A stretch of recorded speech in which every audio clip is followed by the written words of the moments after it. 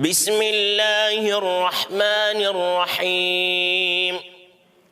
القارعة. ما القارعة؟ وما أدراك ما القارعة؟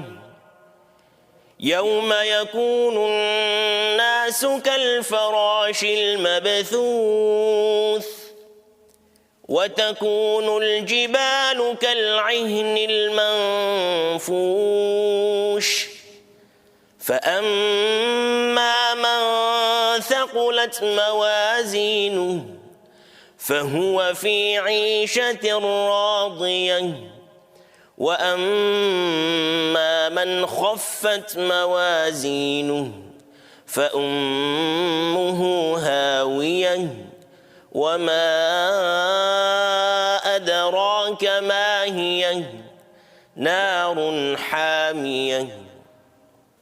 صدق الله العظيم.